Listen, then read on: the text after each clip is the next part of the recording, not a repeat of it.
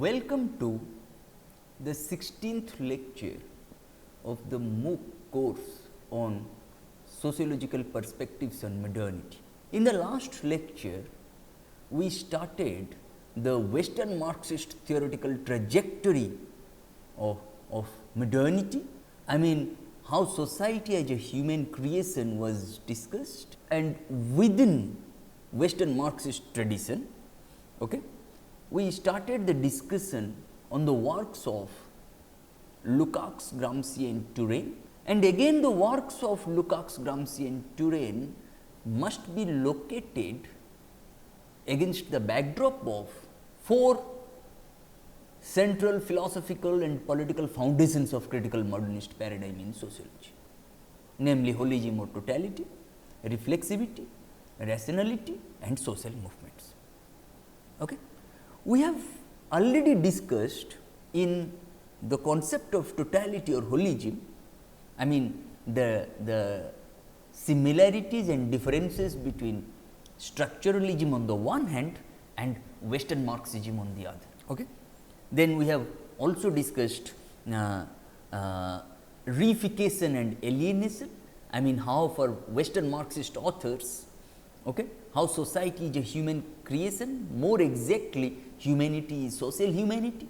I mean the way Marx posed this his argument that human beings make their own history. Human beings make their own history, but they do not make it under circumstances chosen by themselves. That is why human beings only appear as human beings in interaction with one another, that is in social relations. Okay. Even Rousseau also said this in social contract theory. Okay. And these social relations are not fixed and given, but they are very much dynamic in nature, they are not static. That would enable us to discuss them in terms of structures which define what appear to be individuals, rather they are the results of collective creation and social conflict. In this context, we have discussed the process of reification. I mean whatever appears to as natural, given or fixed in society is the result of human action, but we do not recognize it as such. We think that it is natural, something is given, something is fixed, but actually it is not natural, it is not given, it is not fixed. That is why Lukács introduces this the term reification, which refers to the process where the result of our actions appears to us as a quasi natural thing, semi natural thing, partially natural thing, because we do not recognize its social origins or the process of creation that goes into its formation. Okay. We have discussed this. I mean in Western Marxism, then what appear as structures are simply the products of human action, human agency, human labor, or even more simply a form of human action that has taken on a life of its own and now appears partially natural, quasi natural. Okay. We have discussed this, and in this context we have also discussed expressive totality. I mean to characterize the view of society is that of expressive totality. I mean the social whole, the totality is seen simply as the self expression of the social subject, not only self expression, but also self creation of the social subject, which we only partially recognize as such. Okay. In the context of totality or holism, we have discussed this. Now, let us come to a point where we can discuss Western Marxist theoretical and intellectual trajectory of modernity through the lenses of social movements, reflexivity and rationality. Okay.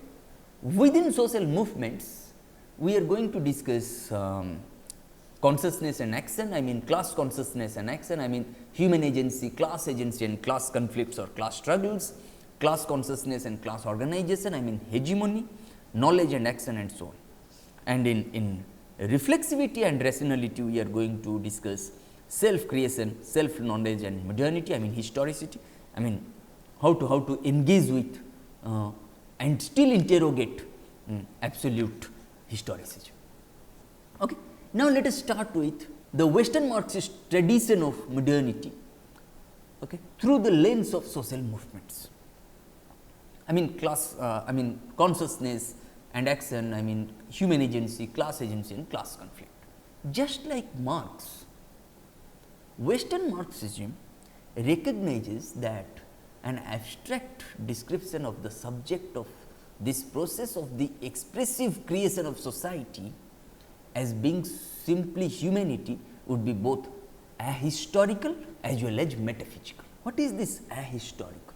I mean in this, when I say ahistorical, I mean in the sense of not recognizing the changing nature of this process over time and across space. I mean which goes beyond history, ahistorical, which goes beyond time and space, ahistorical.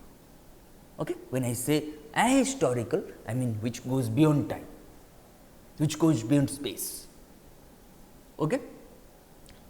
In this sense, Lukács, Gramsci, Alan Turing, I mean the whole lot of Western Marxists, they recognize that an abstract description of the subject of this process of expressive creation of society, I mean expressive totality, as we have already discussed, okay, as being simply humanity would be both ahistorical as well as metaphysical.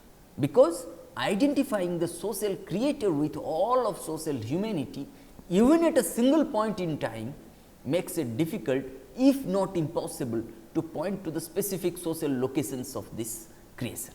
When I say ahistorical, which goes beyond time and space, when I say metaphysical, as I have already mentioned that metaphysical, I mean the proponents of metaphysics suggest that social change occurs because of the changes in natural forces of production. Okay? That is why scientific stage, positivistic stage differed. They said no, it is not simply social change cannot occur only because of natural changes, but also because of human action, human agency. Okay? That is why in the proponents of metaphysics, the way they suggested that no, human beings only know how to contemplate on nature, human beings have no role to play in social change, whereas the scientific stage suggests that no, human beings know how to contemplate on nature, but not only contemplate on nature, but also how to control nature. Okay? In this sense. Okay? That is why just like Marx, the proponents of Western Marxism recognize that an abstract description of the subject of this process of the expressive totality as being simply humanity would be both ahistorical as well as metaphysical, would be both which goes beyond time and space as well as which is naturally mediated. Okay? Why? Because identifying the social creator with all of social humanity, even at a single point in time, makes it difficult, if not impossible, to point to the specific social locations of this creation. While all members of society are seen as involved in this creation, because they are also involved with each other, they do not do so equally or consensually, except perhaps in a futuristic communist society, socialist society. Okay? Therefore, Western Marxists argue that the social actor, the creative subject, is not social humanity as a whole, but its parts, in particular social classes. Social classes then are placed at the center of the Western Marxist theory of society. I mean, so what does it imply? It implies that social structure arises out of social conflicts. Okay? Unlike structuralists' argument that social structure has arisen out of cooperation, complementarity and reciprocity of roles in the social division of labor. Not like that. Okay? I mean, for Western Marxists, social structures have arisen out of social conflicts, social struggles and so on. Okay? This is true for the creation of institutions for the purpose of exploitation and domination, okay, as it is for the creation of institutions by which the dominated and the exploited classes or institutions aim to overcome both domination and exploitation and attempt to create a new social order. Okay. Then who are the exploiting or dominating classes here? For Western Marxists or just like Marx, okay, they are the industrial organizations, they are the market, they are the state, they are the religious institutions and so on. Okay. And who are the dominating, I mean who are the dominated or exploited classes in this context? Just like Marx, Western Marxists were also of the opinion that, you see, when we refer to the dominated or exploited classes, we refer to the working classes, those who live on the basis of their labor power, and the exploited and the exploiting and dominating classes are those who live off their labor. They do not depend on their labor for their survival, but the exploited and dominated classes, they always depend on their labor for their survival. Okay? And this exploited and dominated class, it always attempts to create a new social order, okay, which may explain why Western Marxists have traditionally generated both analysis of the mechanisms of state domination, cultural manipulation and so on, and analysis of emancipatory power of action to resist and transcend such state domination, cultural manipulation and so on. Okay. This is very important. Okay. One not only attempts, I mean Western Marxists not only attempt to understand to what extent and in what ways, okay, various mechanisms of state domination, cultural manipulation, manufacturing of the consent as mediated by industrial organizations, market, the state, religion and so on have arisen. Not only that, but also they try to analyze the emancipatory power of human action to resist and transcend them. Emancipatory power of human action by the dominated, the subordinated, the subjugated and the exploited classes. Okay. They try to resist and go beyond such state domination, cultural manipulation and so on. Okay. And therein how does it happen? It happens when there is a furtherance, there is a shift from class in itself to class for itself. Okay. When I say class in itself, I mean that is the unorganized, apolitical workforce, whereas class for itself represents or refers to the organized, intellectually and politically conscious working class or labor force. Okay. In this context, that intellectual and political consciousness, when I say, I refer to class consciousness or class organization, okay, which is very important. I want to make 2 points here. Okay. The first is to remind you of Marx's distinction between class in itself, in other words class situations as created by economic situations, and class for itself, in other words a class is self creation of itself as a class through political organization and the development of class consciousness. Okay. In Western Marxism, it is the class for itself which receives most attention, because it is here that the creative and relational aspects of class can be seen most clear. I mean, what do I mean by this? That it is here that, I mean, it is in class for itself that the creative and relational aspects of class can be seen most clearly. What do I imply here? What do I refer to? I refer to the fact that class organization and class culture are clearly creative, and equally clearly, at least in the case of the workers' movements, and they are not self-sufficient, but are armed with conflict with the capitalist class. Okay. In this context, it is very important to mention the case of Alain Touraine. I mean, in France, the way he was trying to look at the workers' movements, I mean, Renault Corps movements, anti-nuclear movements, and so on. Okay. For indeed, the way Alain Touraine argues, he argues that there is no class without class consciousness. In other words, that the concept of class is meaningless unless it relates to class, I mean social action or class action. Okay. If somebody suggests that no,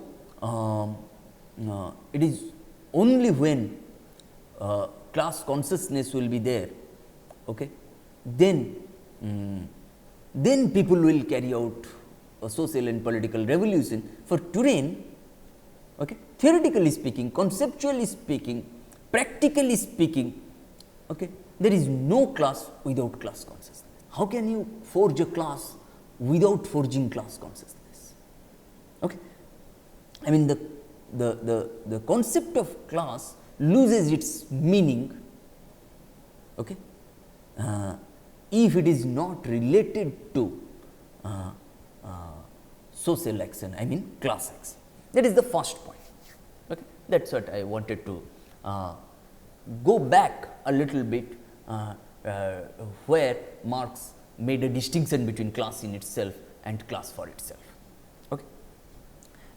And secondly, Gramsci, particularly Gramsci, develops these issues in his well-known discussion on hegemony. I mean, these issues of class in itself, class for itself. I mean, the way Touraine said, there is no class without class consciousness.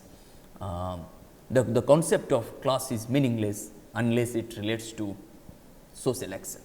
Gramsci develops these issues while dwelling upon the concept of hegemony. Okay.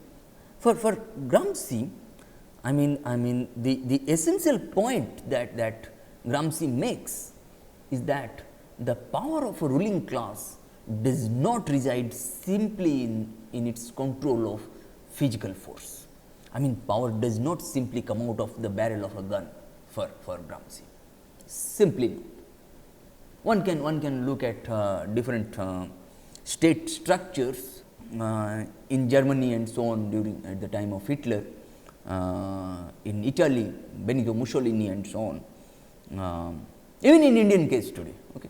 I mean, if you look at this, I mean, power often comes out of physical coercion. It is not simply that. What Gramsci suggests, okay, that one of the central locations of such exercise of power, one of the central locations of conflict, beside the workplace conflict and the conflict over control of the state, is therefore a cultural one. I mean, cultural hegemony.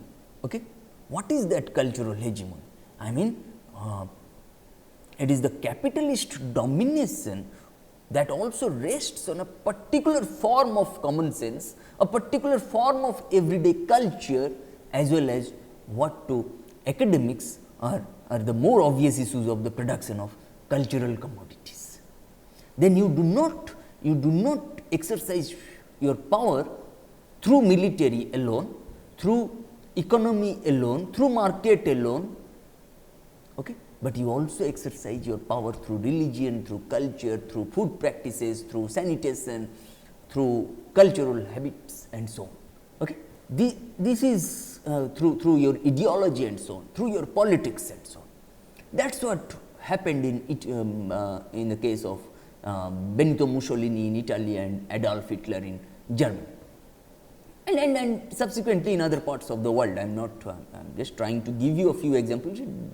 It does not imply that only these two countries did that kind of, were engaged in this kind of thing. Okay. This is important. Okay.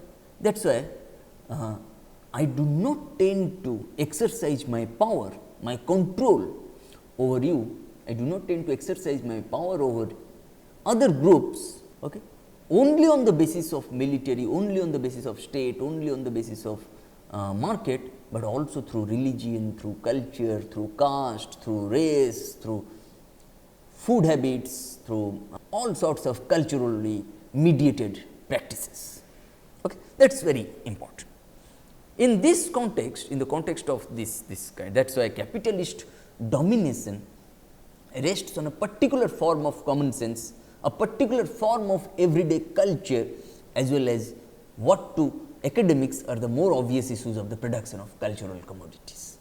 Okay. That is why if you look at the first Indian War of Independence, often is it referred to the Sepoy mutiny, just because of the kind of culturally mediated practices that both Hindus and Muslims had then. Okay. Now also powers that be, they also try to divide the people on the basis of this. Okay. This is what we want to interrogate in the context of modernist construal of our culture. Okay. That on the similar parlance, okay, the workers' movements, okay, Gramsci argues, need to work not just towards seizing power in the state and control the workplace, but also towards the creation of a new cultural hegemony. Does it imply that one cultural hegemony will be replaced by another cultural hegemony? What does it imply? I mean, it implies transforming the way in which we think about the world, recreating culture in a new form with a new content. Okay. One example of what is meant by this is that creation of a new cultural hegemony, or you may say recreating culture in a new form with a new content. Okay. What does it imply? I mean, one example of what is meant by this can be seen in the Italian context, because Gramsci was born, Gramsci was one of the founding members of the Communist Party of Italy, and he was also engaged in anti-imperialist movements in Italy, on account of which he had to be imprisoned, and he passed away in jail almost 13-14 years, 1925 to 1938. I mean, that new cultural hegemony or recreation of culture in a new form with a new content, when Gramsci argues that the peasants, the farming communities, in particular of the south, of the southern hemisphere, in the underdeveloped countries, in the satellites, in the developing and underdeveloped economies, okay, the peasants in these countries accept the present order of things not so much out of the economic interest or because of repression, but because their everyday mode of social organization places them in a position of dependence on local notables, and because their religious culture equally subordinates them. Religious culture, you may say, today I can say in Indian context, caste culture, tribal culture, basically caste culture, okay, equally subordinates them to the dominant social groups. In this context, the task of the workers' movements, as Gramsci argues, is to build a new alliance with the peasantry, involving the transformation of their everyday modes of cultural and social organization. And for this reason, Gramsci played a particular, and especially for this reason, Gramsci placed a particular emphasis on the development of what he called organic intellectuals rather than traditional intellectuals. Okay. Traditional intellectuals, we always have seen that how traditional intellectuals are always found in universities, in academia and so on, in IITs and academic institutions and so on. Okay. What Gramsci pointed out, that if you want to change the world, then we do not require merely traditional intellectuals, but we require organic intellectuals. Okay? What does it imply? What does organic intellectuals, what does this term on organic intellectuals refer to? The growth of a new working class intelligentsia, which would be able to speak to the working class not just in terms of economic interest or political strategy, but also to draw on working class culture and language. Now, you see the way we have made a shift in our modernist construal from economic strategies and political strategies, economic interests and political tactics and strategies to working class culture and language. Not simply culture and language, but also working class, proletarian culture and language, marginalized cultures and languages. This is very important. That is why in the context of class consciousness, class organization, new cultural hegemony and so on, Gramsci pointed out the significance of organic intellectuals in the party building against imperialist expansion and so on. Okay. Thus Western Marxists, Western Marxism takes the consciousness of ordinary people. Okay. Why I am referring to knowledge and action, precisely because traditional intellectuals, they always possess knowledge, okay? But organic intellectuals, they not only possess knowledge, but also know how to use that knowledge, apply that knowledge, how to carry forward social and political revolution in terms of social action, okay? Class action.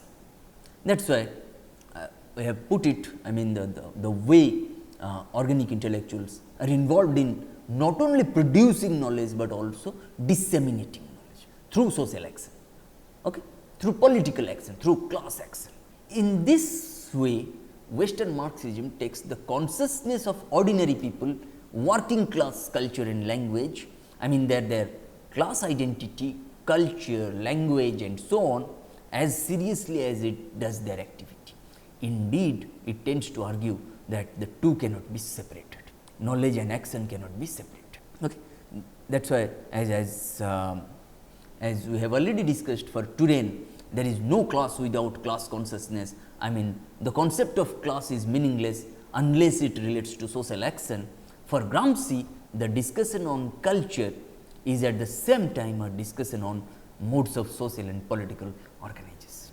That is why culture and on the one hand and social and political organizations cannot be separated, cannot be examined in isolation. Consistently, very logically, okay, Western Marxism does not believe in theorizing as a pure activity or abstract philosophizing free of all social relations is neither desirable nor possible. In both cases, the knowledge and action are seen as ultimately the same thing.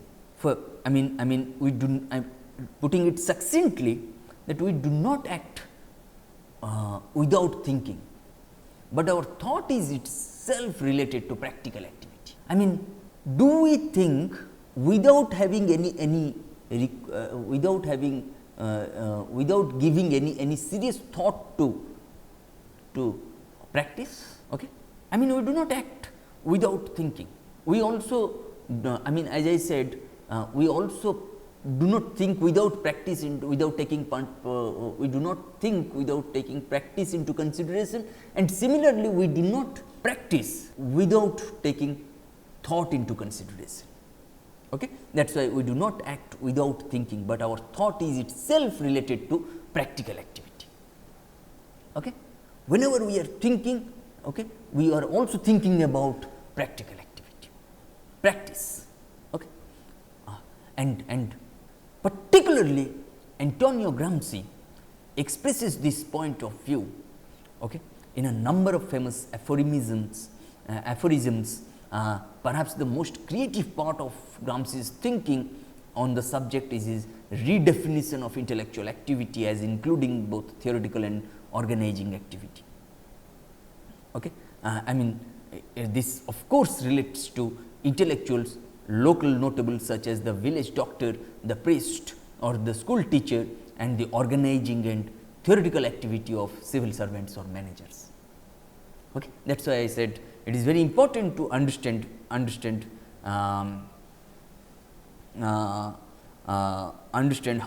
how Gramsci tried to relate not just to Communist Party activists, but also to traditional intellectuals as well as the organizing and theoretical activity of civil servants or managers. Okay. That is the role of the organic intellectuals in party building. Okay.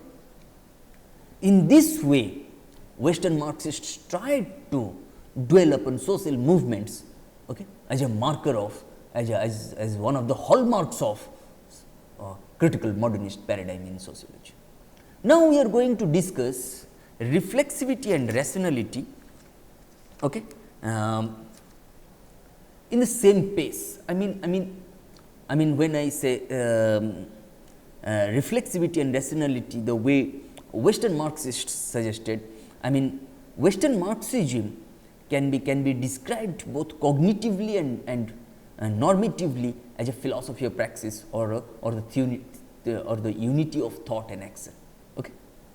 It is very important. I mean when I say cognitively, I refer to the process of knowledge production, the way to produce knowledge and the ways to produce knowledge, and normatively as a philosophy of praxis. Praxis, I mean practice. Okay. I mean normatively when I say what should be, what ought to be. Okay. And there the process of knowledge production and what ought to be, what should be, okay, they must be united. That is why I said the unity of thought and action. Okay. That is why self creation, self knowledge and modernity, I mean historicism. Okay. It is often asserted that this is what happens in everyday life first, and secondly, we should realize this and take it into account, for example, when we are theorizing. However, there is obviously more to this issue than that, or it would not make sense to claim that the results of our thought and action appear to us as things external structures. In this way, Gramsci, for example, argues that while everyone is an intellectual, in other words, theorizes and organizes on an everyday level, not everybody has the social function of an intellectual. In other words, not everyone devotes themselves to this thinking and organizing. In other words, the division of mental and manual labor diagnosed by Marx and carried to its extreme in the Taylorist modes of model of production means that this initial unity is at the very least severely distorted. Even Harry Braverman tried to in Labor and Monopoly Capital, Harry Braverman also mentioned that the division of mental and manual labor, okay, I mean he also tried to look at this aspect. On a more general level, the reality of class conflict and class culture implies that the social actors, the conflicting class movements of the rulers and the ruled, cannot fully grasp the social totality, but are restricted to a partial knowledge of it. Thus, the reason that we do not grasp the expressive totality of society as such is that the agent is not the whole of social humanity, but is in fact the conflicting parts of that humanity. Okay? It is very important. It then comes to it then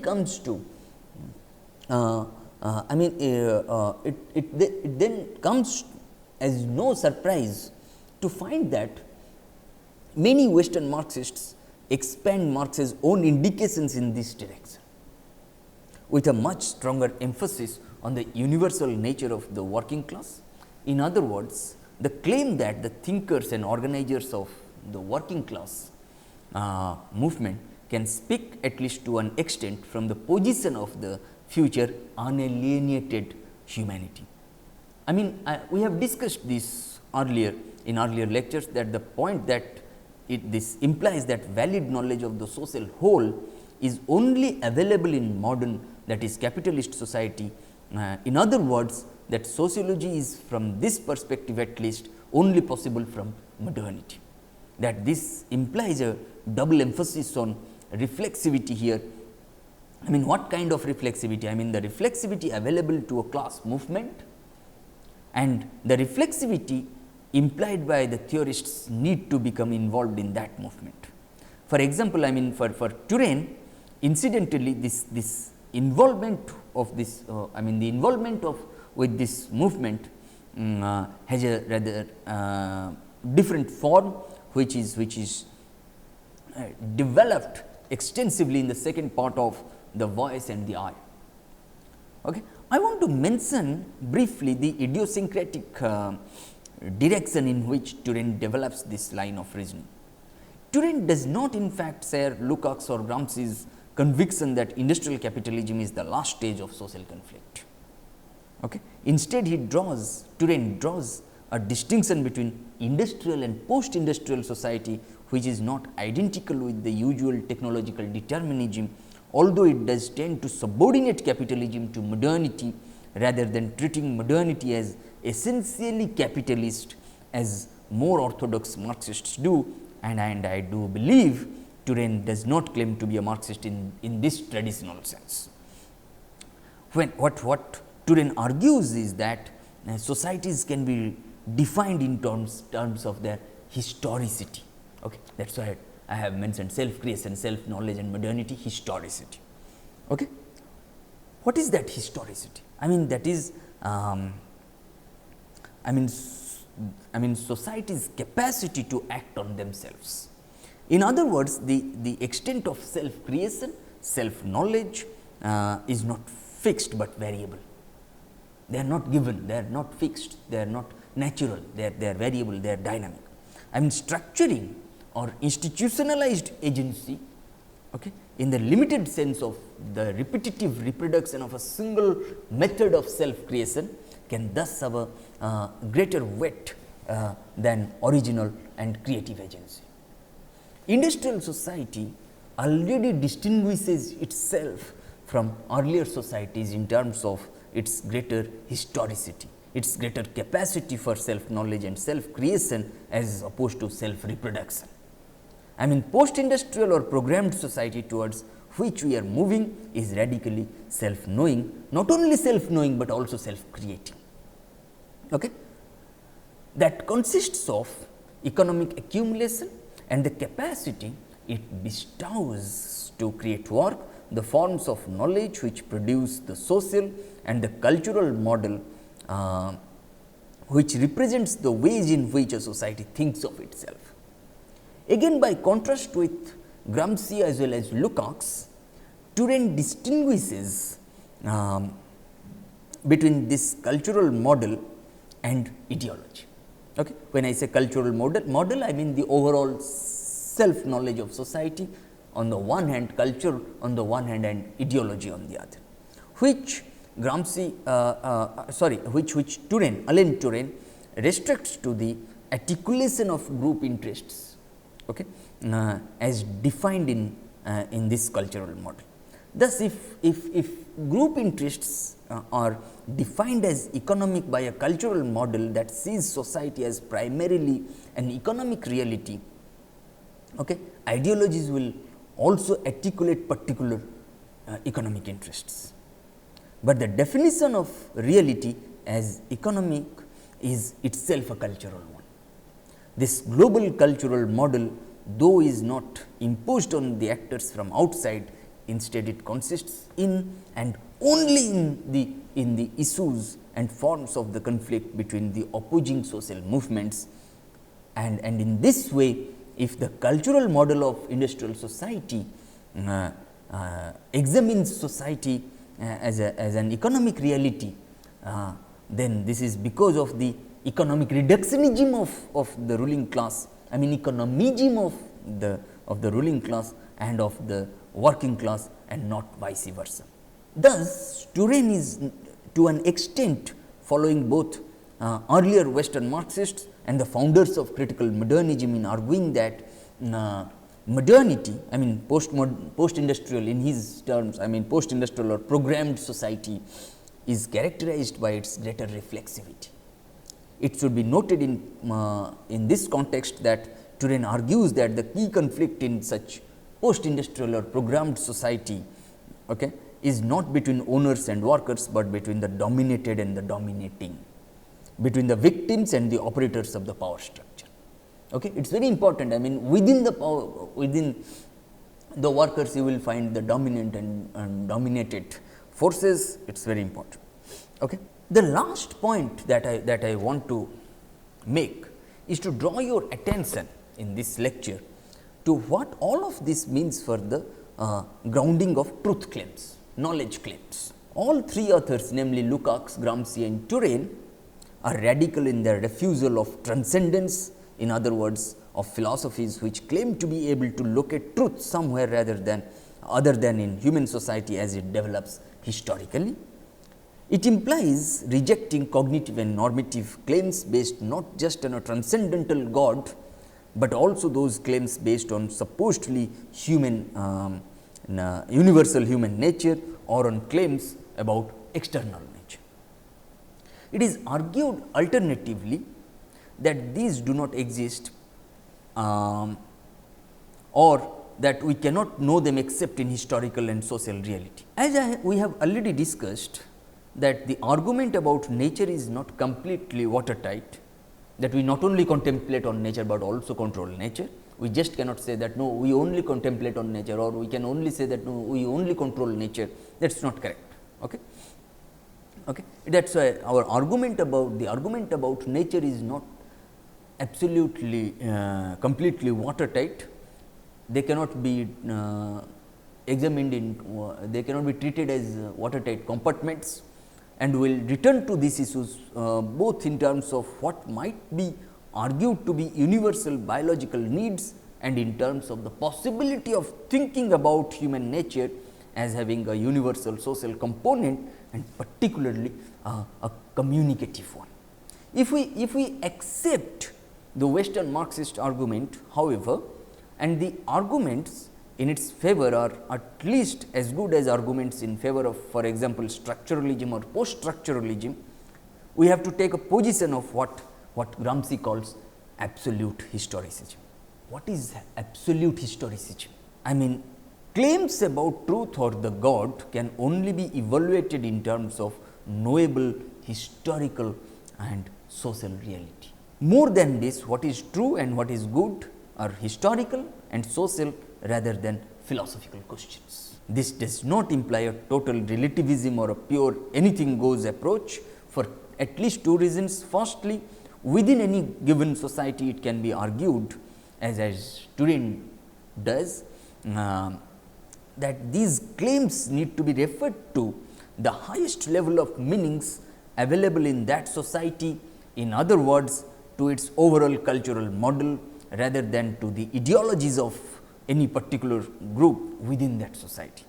And secondly, nevertheless, okay, what might be more in keeping with Lukács and Gramsci's thinking, although as far as I know they do not pursue this line of thought, but just for the sake of argument, okay, would be to argue that just as genuine self knowledge is only available from the second last social formation, from the point of view of that proletariat which will become the universal subject of the new society, so it is a mistake to think of pre-capitalist societies or even capitalist society as a fixed or static form.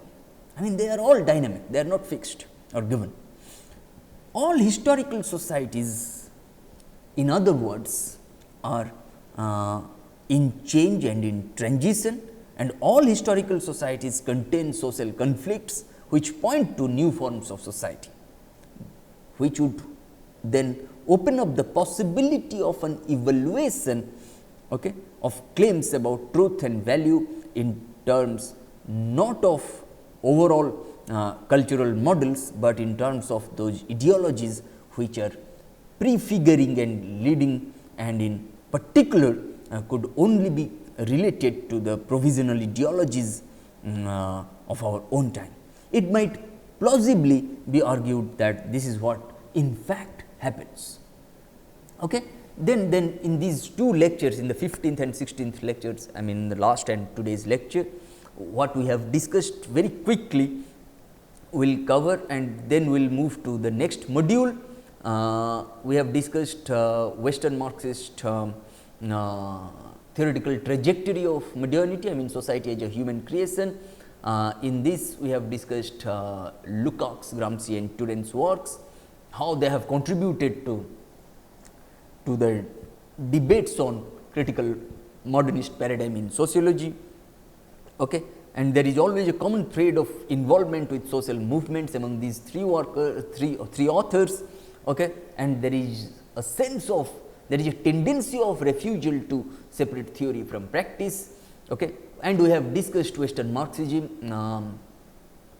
or we have, in other words, we have discussed the contributions of Lukács, Gramsci and Turen, okay, against the backdrop of four central pillars of modernity, namely holism or totality, reflexivity, rationality and social movements. In the concept of social totality or holism, we have discussed the distinction between the relationship as well as the distinction between Western Marxism and structuralism. Then we have discussed reification and alienation. Okay. Then we have discussed expressive totality. Okay. In today's lecture, particularly we have discussed we started with social movements. Okay. Within social movements, we have discussed consciousness and action, I mean human agency, class agency and class conflicts, then class consciousness, class organization and hegemony. Okay.